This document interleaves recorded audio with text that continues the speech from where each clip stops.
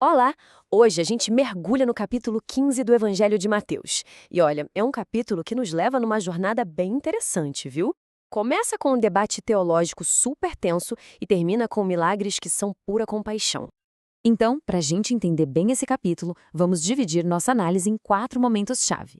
Primeiro, a gente vai ver um conflito sobre tradições. Depois, um encontro que é simplesmente inesquecível com uma mulher cananeia. Na sequência, curas em massa e, para fechar, a alimentação milagrosa de uma multidão.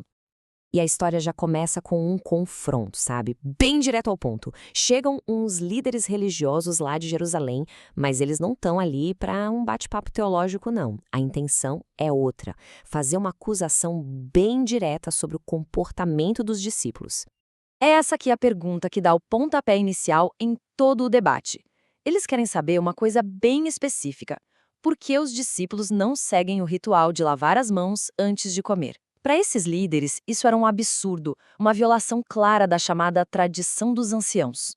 Mas a resposta de Jesus, ela vira o jogo completamente. Ele pega essa tradição humana de lavar as mãos e coloca lado a lado com o mandamento divino, algo fundamental: honrar pai e mãe. Com essa jogada, ele tira o debate do campo do ritual e leva para uma outra esfera, a da moralidade.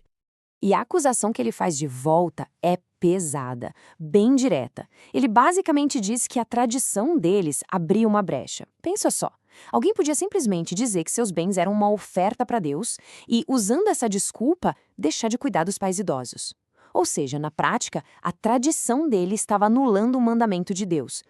Depois desse embate com os líderes, Jesus se vira para a multidão. E o que ele vai ensinar agora é algo, bem, revolucionário sobre o que significa ser puro ou impuro.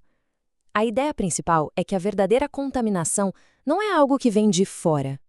E aqui está o pulo do gato do argumento dele. A verdadeira impureza, segundo o que ele diz, não tem nada a ver com comer com a mão suja. Não. Ela nasce de dentro, vem das palavras, das intenções, de tudo aquilo que sai do coração.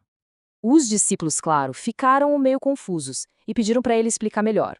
Então Jesus detalha, ponto por ponto, o que realmente contamina uma pessoa.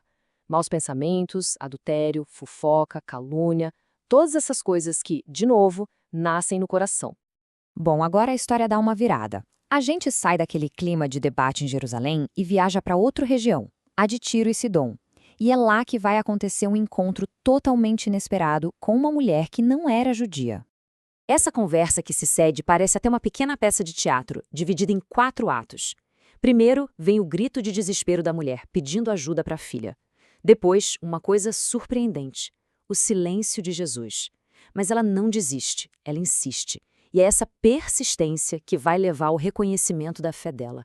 Um momento decisivo é a resposta dela, que é simplesmente genial. Jesus tinha usado uma metáfora um pouco dura, comparando a situação com dar o pão dos filhos para os cachorrinhos. Em vez de ficar ofendida, ela pega a metáfora dele e vira o jogo, argumentando com uma mistura incrível de humildade e inteligência. E no fim, a persistência e a sagacidade dela são recompensadas. Jesus elogia publicamente a fé dela, dizendo que era grande, e atende o pedido. O texto é bem claro: a filha dela foi curada na mesma hora. Depois desse encontro tão pessoal e intenso, a escala da narrativa explode, muda completamente. Jesus sobe uma montanha ali perto do Mar da Galileia e, de repente, uma multidão enorme começa a chegar a segui-lo. E o que acontece ali é uma demonstração de poder e compaixão em larga escala. O texto descreve que traziam pessoas com todo tipo de problema: coxos, cegos, aleijados, e elas eram curadas. Dá para imaginar a cena? A multidão ficou maravilhada, glorificando a Deus. E assim a gente chega na parte final do capítulo, e aqui o problema é bem prático, bem humano. Tem uma multidão enorme, faminta, num lugar isolado e sem nada para comer. A compaixão de Jesus fica muito clara aqui. Ele olha para aquela gente e diz que não quer mandar ninguém embora com fome. A preocupação dele é que depois de 3 dias ali, o pessoal pudesse passar mal, até desmaiar no caminho de volta para casa. Só que a solução não era nem um pouco óbvia. Os discípulos foram ver o que tinham e nada.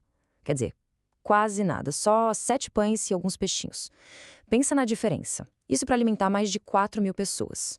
A conta simplesmente não fecha. Mas aí vem o incrível. O O resultado desafia qualquer lógica. O texto conta que com aquela mixaria de comida, 4.000 homens comeram. E atenção, isso sem contar mulheres e crianças. E não foi só um lanchinho, não. Todo mundo comeu até ficar satisfeito. E o ponto alto para mostrar a abundância do milagre é o que vem depois. Não só todo mundo comeu, como a provisão foi tão grande que, no final, ainda recolheram 7 cestos cheios do que sobrou. É impressionante, né? Sobrou muito mais comida do que eles tinham no começo. Então, a gente fica com a pergunta: o que conecta essas 4 histórias? Uma discussão sobre pureza, um teste de fé, curas em massa e uma alimentação milagrosa. Qual é o fio condutor? Talvez seja a compaixão, uma compaixão que vai além das regras. O capítulo começa com Jesus criticando tradições humanas que atrapalhavam o cuidado com o próximo, e termina com ele demonstrando um cuidado tão grande que desafia as leis da natureza. Da pureza que vem de dentro, passando pela fé de uma estrangeira até a alimentação de milhares, a mensagem que fica parece ser essa: o divino não se encontra em rituais, mas num coração que se abre para cuidar de todos, sem nenhuma exceção.